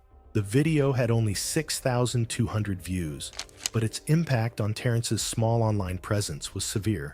He lost a sponsorship deal and thousands of followers. 2 poorly received response videos and his increasingly aggressive messages to Deja only worsened his situation, culminating in his obsession with what he considered the destruction of his career. He spent hours researching Deja's personal information online, eventually identifying her address and repeatedly driving past her home. This is the point where it stops being online drama and turns into something real and dangerous.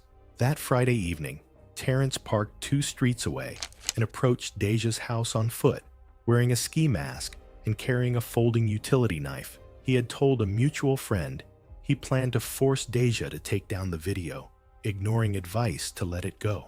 When he knocked, Deja answered, already recording with her phone on a nearby shelf. Having been warned, he had been asking about her whereabouts.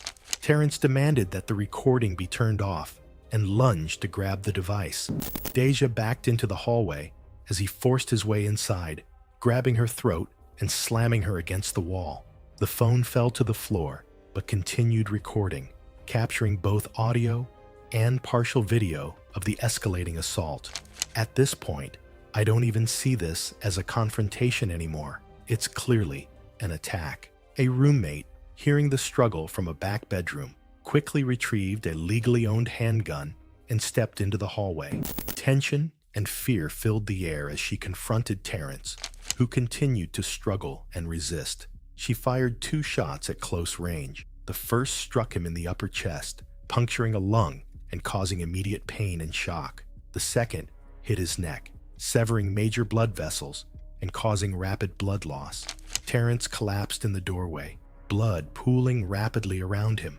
Deja, bruised but otherwise unharmed, quickly retrieved her phone and paused the recording, trembling from the encounter. The roommate called emergency services immediately. Paramedics arrived within minutes, but Terrence had already lost consciousness from severe blood loss and went into cardiac arrest during transport. He was pronounced dead at a local hospital shortly after arrival. The footage from the phone provided a chilling, unbroken record of the entire event. Having that kind of footage changes everything. There's no guessing. It's all there. It captured Terrence's forced entry, the physical struggle, and the precise moments the shots were fired. The visual and audio evidence left no ambiguity about the assault, the self-defense response, and the sequence of events leading to his death. The recording was retained as evidence and was never released publicly. Medical authorities determined Terrence died from the gunshot to his neck, which caused catastrophic hemorrhaging by severing major blood vessels. The chest wound alone might have been survivable, but the neck injury resulted in rapid and severe blood loss. Bruising on Deja's throat confirmed she had been actively strangled during the encounter. Prosecutors declined to file charges against the roommate, citing Ohio's Castle Doctrine and clear evidence of self-defense. Honestly, I don't see how this could have ended differently once it got to that point. Following the incident, Terrence's social media channel saw a noticeable surge in viewers as news of the case spread. His family requested the platform remove the channel, which it did after 31 days. Deja moved out of the house within a week and eventually deleted her own channel 8 months later, never speaking publicly about the events. It was September 22, 2017, in Olympic National Park, Washington. Fog and drizzle created a gray curtain over the dense forest, with light winds from the west carrying moisture from the Pacific. The overcast conditions reduced visibility significantly through the thick canopy of ancient trees and moss-covered undergrowth. Sage Whitmore was 36, a novice hiker with only 6 months of experience, who worked as a family court judge. She had sentenced Reed Holloway to 15 years in prison on child abuse charges that were later proven to be based on fabricated evidence. Holloway served 2 years before being released on appeal when the evidence was exposed as false, but the damage to his relationship with his 4-year-old son was irreversible. Whitmore planned a solo day hike on the Hoh River Trail at 2 p.m., a well-marked 8-mile route she was using to build her hiking experience. The trail used a standard system of colored blazes and numbered markers maintained by Park Services.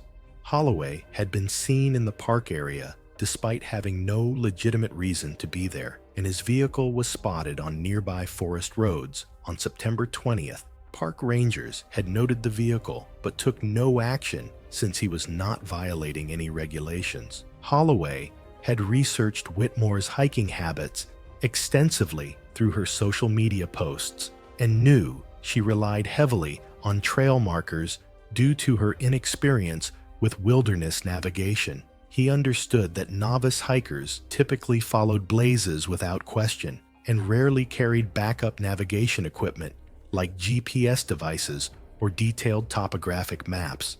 The dense canopy blocked cell phone signals for most of the trail. The incident began at mile marker 4.2, where Whitmore encountered what appeared to be a legitimate trail junction with temporary orange flagging tape directing hikers toward a scenic overlook. The improvised markers, designed to look like standard trail maintenance flagging, directed hikers toward a steep ravine area not visible from the main trail through dense forest undergrowth. Following the flagging tape, Whitmore descended into increasingly difficult terrain as daylight faded in the overcast conditions.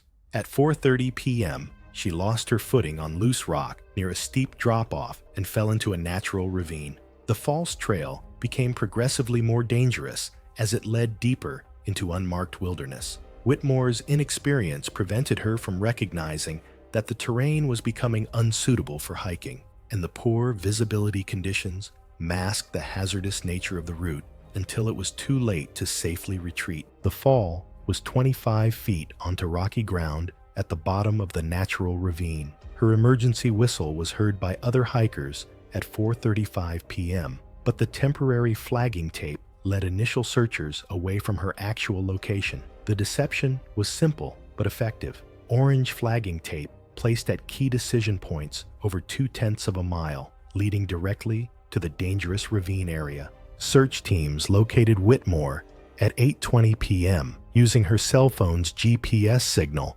after standard search patterns failed.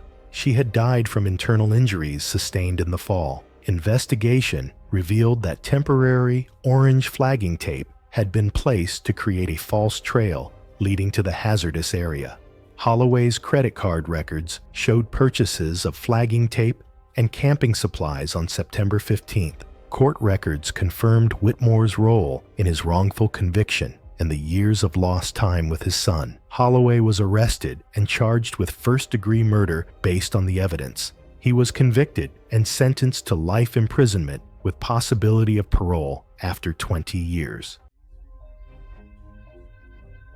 It was August 29th, 2018, and late afternoon sunlight washed a two-lane state highway outside a small Central California town in a dull gold haze. Heat shimmered off the pavement as traffic moved steadily through dry foothills dotted with scrub and dust. Elena Morrison, 41, managed a grocery store and was driving home from work. She followed the same route most days and was known by co-workers as cautious and predictable. As she merged into traffic that afternoon, she had no reason to notice the pickup truck that fell in behind her. Months earlier, Elena had become involved in a civil lawsuit after her brother was injured at a construction site. He later filed a claim against the contractor responsible. Elena provided statements that supported his account of unsafe working conditions. The contractor named in that case was Brian Decker, 39, a concrete worker with more than a decade in the trade. Co-workers described him as confrontational and easily angered when he felt disrespected. In the year and a half leading up to August 2018, he had accumulated multiple citations for aggressive driving. Brian blamed Elena for the outcome of the lawsuit. He believed her statements had directly contributed to a costly settlement and the loss of a major contract. He spoke openly about the case, insisting he had been set up and singling her out by name. That afternoon, Brian was driving a lifted pickup with oversized tires and dark window tint. As traffic slowed near roadside construction, he noticed a silver sedan ahead of him. The license plate caught his attention. Witnesses later said he closed the distance abruptly. He began following closely, flashing his high beams and sounding his horn. The sedan maintained its lane. Brian pulled alongside, gestured through his open window, then cut sharply in front and braked, forcing the car to slow. Moments later, the sedan exited the highway. Brian followed. After several turns through a residential neighborhood, Elena pulled into her driveway. Brian stopped his truck in the street, partially blocking the entrance, and got out. He approached the driver's side on foot, shouting accusations about the lawsuit and lost work. Elena remained inside with the doors locked and windows raised. She called emergency services as Brian struck the driver's side window with his hand. The recording captured his raised voice and threats. As Elena attempted to reverse out of the driveway, Brian turned back toward his truck. Witnesses later reported hearing the engine rev before the vehicle surged forward. Brian accelerated into the driveway, striking the rear quarter of Elena's car and forcing it sideways into the garage entrance. The impact impact crushed the driver's side door against the concrete frame. Elena sustained severe blunt force trauma to the head and chest. Her vehicle came to rest partially inside the garage, its engine still running. Neighbors called emergency services immediately. Responders arrived within minutes and found Elena unresponsive inside the vehicle. She was pronounced dead at the scene. The medical examiner determined the cause of death as traumatic brain injury and internal hemorrhage resulting from the vehicle impact. Brian was taken into custody without resistance. Crash reconstruction and witness statements showed deliberate acceleration and steering input consistent with intentional ramming. Audio from the emergency call placed him at the scene moments before the collision, shouting threats. Brian was taken into custody at the scene. Investigators focused on the deliberate acceleration and steering input captured in crash data and witness accounts. He was later found guilty of murder and sentenced to 32 years in state prison. Elena's family relocated after the incident. The civil lawsuit that preceded the confrontation remained closed, and traffic calming measures were added to the neighborhood in the months that followed. It was January 18th, 2015, at an I-280 off-ramp in San Jose. Afternoon traffic crawled slowly through the congested lanes as commuters made their way home. Storm clouds gathered overhead, casting a gray, oppressive light over the freeway and nearby surface streets. Thomas Bell, 42, had spent 14 years climbing the warehouse management ladder, known for his methodical approach and strict attention to safety, though productivity regularly exceeded targets. He lived in a suburban home with his wife and 2 teenagers, drove a well-maintained 2012 Honda Accord, and prided himself on his spotless driving and professional record. Colleagues respected his leadership, but also found him exacting, sometimes distant, and prone to micromanaging.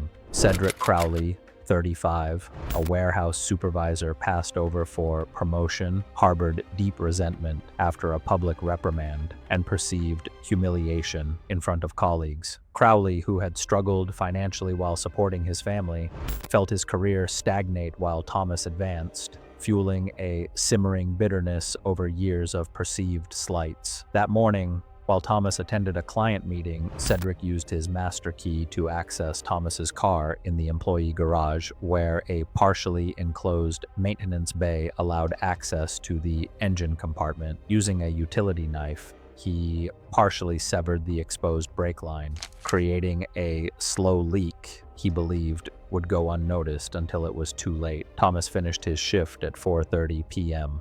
Unaware his vehicle had been tampered with, he packed his briefcase, said goodbye to colleagues, and headed toward the company parking structure. Traffic was heavy, with minor accidents diverting vehicles onto I-280. Scattered thunderstorms reduced visibility, though conditions were not severe enough to delay travel. Thomas merged onto the freeway, tapping the brakes occasionally as traffic slowed near the Cupertino exit, oblivious to the fluid silently seeping from the compromised line. Meanwhile, rideshare driver Javier Morales, 28, had just completed an evening drop-off and was heading home to his pregnant wife and 2 young children. As he approached the off-ramp, he merged behind Thomas's sedan, descending the steep gradient. When Thomas pressed the brake pedal, it dropped sharply with little effect, the ruptured brake line bleeding pressure from the system. Thomas pressed the brake pedal repeatedly, but the vehicle failed to slow. He turned sharply to the left,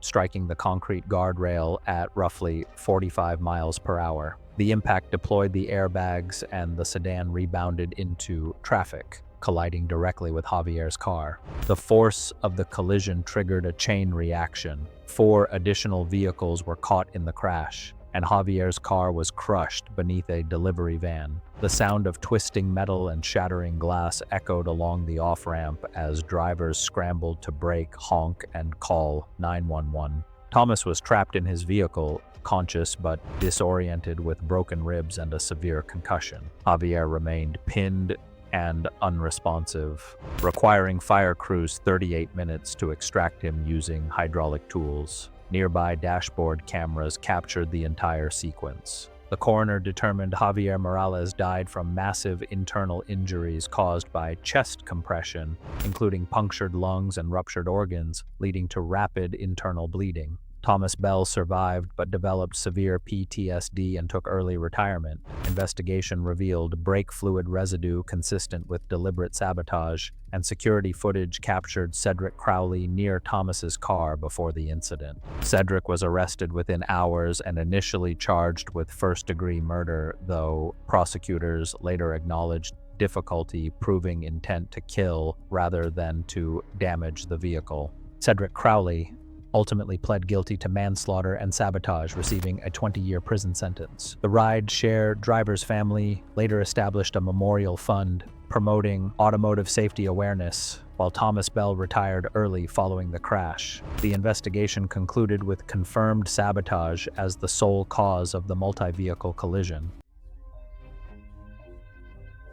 It was June 17, 2017, at a coastal resort in Florida, where afternoon heat reflected off the concrete decking surrounding a kidney-shaped pool 3 to 8 feet deep. Several lifeguard stations monitored the area, with underwater lighting providing clear visibility to the pool bottom. Arvi Kabar, 29, worked as head lifeguard, certified for 6 years, and holding water safety instructor certification since 2013. He had received 3 workplace notes since 2015 regarding distraction during duty hours, including using a mobile phone or reading material during shifts. Supervisors recommended additional attentiveness training, though his credentials remained valid, and he had no prior fatal incident history. 3 days earlier, 7-year-old Drac Slovin nearly drowned in the resort pool, while Arvi was reportedly using his phone during active swimming hours. Surveillance review later showed Drac struggling underwater for nearly 2 minutes before another guest pulled him from the water. Drac required emergency resuscitation for water inhalation and was discharged the following day. Edna Slovin, Drac's mother, spent the following days reviewing footage and discussing the incident with resort management, believing Arvi's inattention endangered her son's life. Edna Slovin, 34, was a nurse living in the same city. According to later statements, she became consumed by anger after seeing the footage repeatedly. She felt Arvi's behavior represented negligence that nearly killed her child. Edna told investigators she could not accept that her son almost died because of carelessness. That afternoon, Arvi was completing his 3rd consecutive 10-hour shift. During a brief break, he sat on the concrete pool steps in the shallow section. Edna approached him and initiated conversation, first asking about his lifeguard training and professional experience. The discussion escalated when Edna accused him of failing to protect her son and demanded an explanation for his distracted behavior. Witnesses later reported that Edna suddenly grabbed Arvi's shoulders and pushed him backward into approximately 3 feet of water near the pool steps. Arvi lost balance and fell backward against the submerged concrete steps, striking the side of his head before sliding partially into the water. Witnesses later stated he appeared momentarily disoriented as Edna entered the pool and pressed her weight forward, forcing his head and upper torso beneath the surface while he remained partially pinned against the step edge. Although he attempted to push upward, his movements were described as uncoordinated during the initial seconds of submersion. The struggle continued for over a minute before nearby guests intervened and physically pulled Edna away. During the struggle, Arvi inhaled pool water while submerged. After being released, he surfaced coughing and struggling to breathe. Investigators later determined that water aspiration and oxygen deprivation during the forced submersion led to acute respiratory failure. Medical findings indicated that hypoxia rapidly compromised cardiac function, contributing to his collapse on the pool deck. Arvi collapsed on the pool deck in acute respiratory distress. Resort staff called emergency services at 3:17 p.m., and paramedics arrived 11 minutes later. Despite airway support and resuscitation efforts, he was pronounced dead at 4:02 p.m. The medical examiner concluded that death resulted from drowning due to forced submersion, with water aspiration leading to hypoxic cardiac arrest. Examination found bruising across the chest and shoulders, consistent with physical restraint during the incident. There was no evidence of toxic substance involvement. Edna Slovin was arrested and later pleaded guilty to manslaughter, receiving an 8-year prison sentence. During legal proceedings, she stated her action was motivated by anger over what she believed was preventable harm to her child. Resort management implemented new safety protocols requiring multiple lifeguards during operational hours and installed enhanced monitoring cameras for real-time supervision. The pool facility was closed for 13 months while staff underwent retraining and infrastructure upgrades.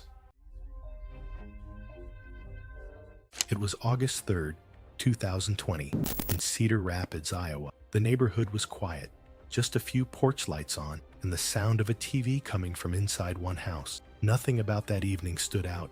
It looked like a normal night where everyone was just winding down.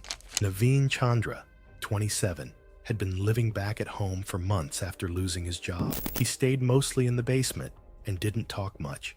He avoided arguments and usually walked away when things got tense. From the outside, it seemed like he just didn't care. His younger brother, Darnell Chandra, 23, was doing better. He had school, a part-time job, and a steady routine. Their parents leaned on him more and usually took his side. It wasn't always said outright, but it showed. Darnell spoke openly, and over time, his comments toward Naveen became more frequent. They weren't extreme comments, just remarks about not working enough or not helping out around the house. But repeated like that, they added up. When the same thing keeps happening, I start to feel like it's bigger than it really is. Naveen didn't respond much. He stayed quiet and went back downstairs most of the time. But that quiet wasn't nothing. He noticed, remembered, and kept it in mind. Over the weeks, it stopped feeling like random remarks. It started feeling like he was being singled out and treated unfairly. Eventually, it shifted from frustration to something more deliberate. He didn't map out a detailed plan, but he decided that it was time to act. Not to argue, not to explain, but to end it. That decision was already forming quietly before anything happened. That evening, the family had dinner together. It started normally. Then Darnell made another comment about Naveen not doing enough. It wasn't louder than usual, just the same kind of remark. Naveen didn't reply. He stood up and went down to the basement. At first, it looked like the usual pattern, just leaving the situation. But this time, it wasn't just that. Near the stairs, there was an old wooden baseball bat that had been stored there for years. Naveen picked it up and stayed there briefly. Then he went back upstairs. I could feel my chest tighten reading this, like watching someone cross a line you know you shouldn't, but already have. Darnell was in the living room, sitting on the couch and looking at his phone. Their parents were nearby in the kitchen. Everything still looked normal. Naveen walked in without saying anything. No argument started, no warning. When Darnell looked up, Naveen was already close. The first hit landed on the side of his head. It caused immediate disorientation and knocked him down. The impact fractured part of his skull. Before he could react, a second strike followed, more direct and forceful. The strikes were delivered in quick succession, not as a single, impulsive reaction. This wasn't just a reaction. It lined up with what had been building for weeks, the quiet decision that had formed over time. I can really feel how all the little annoyances added up, building, until something finally snapped. Their mother rushed in after hearing the noise and called 911. Paramedics arrived quickly and found Darnell unresponsive, but still breathing. He was taken to the hospital, but the injuries were severe. Doctors tried emergency surgery, but there was heavy bleeding in the brain and swelling that couldn't be controlled. He was pronounced dead early the next morning. Police arrested Naveen at the scene without resistance. The bat was recovered nearby. Investigators noted there wasn't any immediate threat before the attack. The medical examiner confirmed the cause of death as blunt force trauma to the head. Naveen Chandra was charged with second-degree murder and later convicted. The court determined the act was intentional, even if it wasn't planned in detail. After everything, the house stayed quiet. Not the normal kind of quiet, just empty. What stands out is how small everything looked before it happened. Nothing extreme, just repeated remarks, built-up resentment, and a decision that formed quietly before anyone noticed. It was August 3rd, 2015, in Death Valley National Park, California. Clear skies stretched endlessly overhead, with no wind to provide relief from the extreme heat that would soon become deadly. The desert floor shimmered with heat waves even in the early morning hours, and the salt flats gleamed white in the distance. Zoe Caldwell was 29, an experienced desert hiker and ultramarathon runner who worked as a commanding officer at a nearby military base. During a combat operation in Afghanistan 2 years earlier, Nolan Pierce had single-handedly rescued 12 wounded soldiers under heavy fire, while Caldwell remained in the command bunker. Caldwell filed false reports claiming she led the rescue, receiving a promotion while Pierce got nothing. When Pierce contested this, Caldwell discredited him and forced him out of the military. Pierce, a decorated combat veteran now working as a park maintenance worker, was consumed with rage over Caldwell, stealing his heroism to build her career while destroying his future. Caldwell planned a 26-mile solo traverse across the Badwater Basin at 5 a.m., following a route she had completed twice before. Her survival strategy relied on 3 water caches she had placed along the route 2 weeks earlier, each containing 2 gallons of water in buried containers. The extreme heat made these caches essential for survival in the desert environment. Pierce had been conducting routine maintenance surveys in Death Valley the previous weekend, using his park access to locate Caldwell's cache sites. Pierce's position as a maintenance worker gave him detailed knowledge of backcountry hiking patterns and survival strategies. He understood that desert hikers were completely dependent on their water supplies, and that any contamination would be fatal in the extreme heat conditions. His access to park maintenance areas also provided him with opportunities to locate and access hikers' cache sites without suspicion. The incident began at mile 8.5 of Caldwell's route at her first water cache location. She reached the buried container at 8:15 a.m. and consumed approximately 32 ounces of water before continuing her traverse. Within 45 minutes, Caldwell began experiencing severe gastrointestinal distress. Her GPS tracker showed her pace slowing dramatically at mile 10.2 as she struggled to maintain forward progress. By 9:30 a.m., her movement had stopped entirely in the open desert. A park maintenance crew found her collapsed beside the trail at 2:45 p.m. Her water bottles were empty, and she showed signs of severe dehydration combined with apparent poisoning symptoms. The progression was documented through her GPS device, normal pace until the 8:15 a.m. water stop, declining speed from 9 to 9:30 a.m., then a stationary position from 9:30 a.m. until discovery. Emergency medical response reached Caldwell at 3:20 p.m., but she had died approximately 6 hours earlier from severe dehydration accelerated by poisoning symptoms. Laboratory analysis of her remaining water caches revealed antifreeze contamination in small but lethal concentrations. Investigation revealed Pierce had purchased automotive supplies on July 28th using cash. His work logs showed unexplained time in areas near Caldwell's cache locations during his July 30th park duties. Military records confirmed the disputed rescue operation and Caldwell's subsequent promotion, along with Pierce's forced discharge. Pierce was arrested and charged with first-degree murder based on the evidence of his cache purchases, work logs placing him at the cache locations, and clear motive. He was convicted and sentenced to life with possibility of parole after 25 years.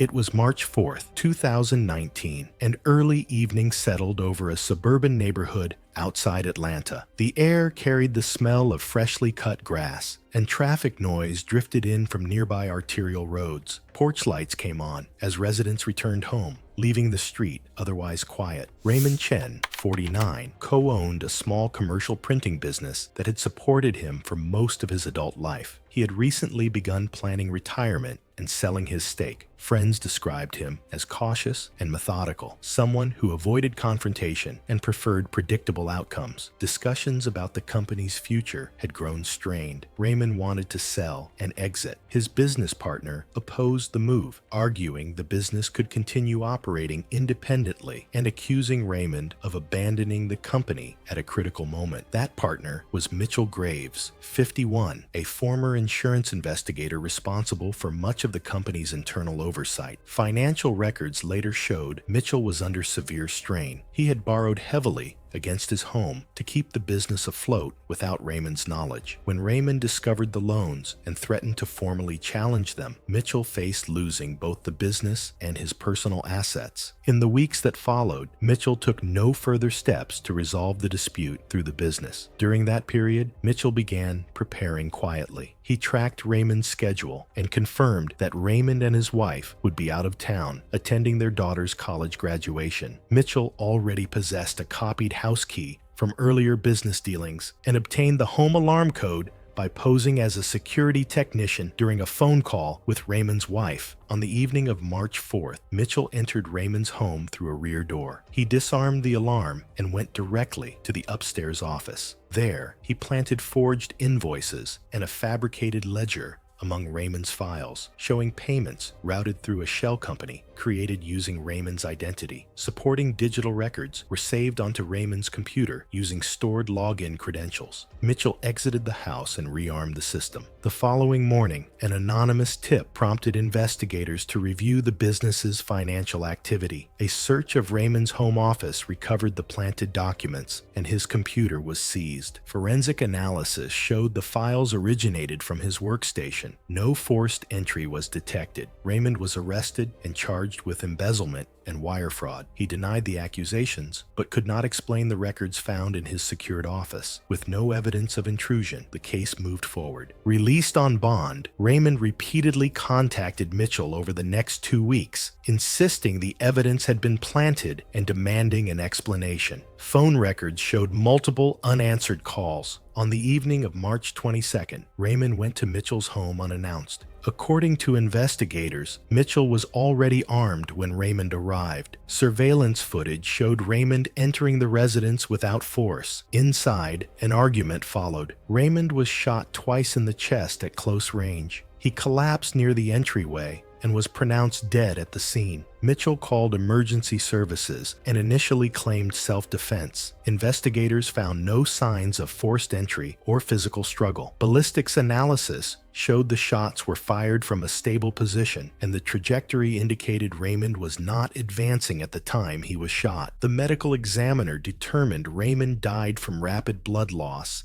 and cardiac injury caused by gunshot wounds to the chest. Digital evidence linked Mitchell to the planted records and unauthorized access to Raymond's home. Prosecutors determined the shooting was deliberate and intended to silence him. Mitchell Graves was convicted of malice murder and sentenced to life in state prison, with the possibility of parole after 30 years. All financial charges against Raymond were dismissed, and the business was later dissolved.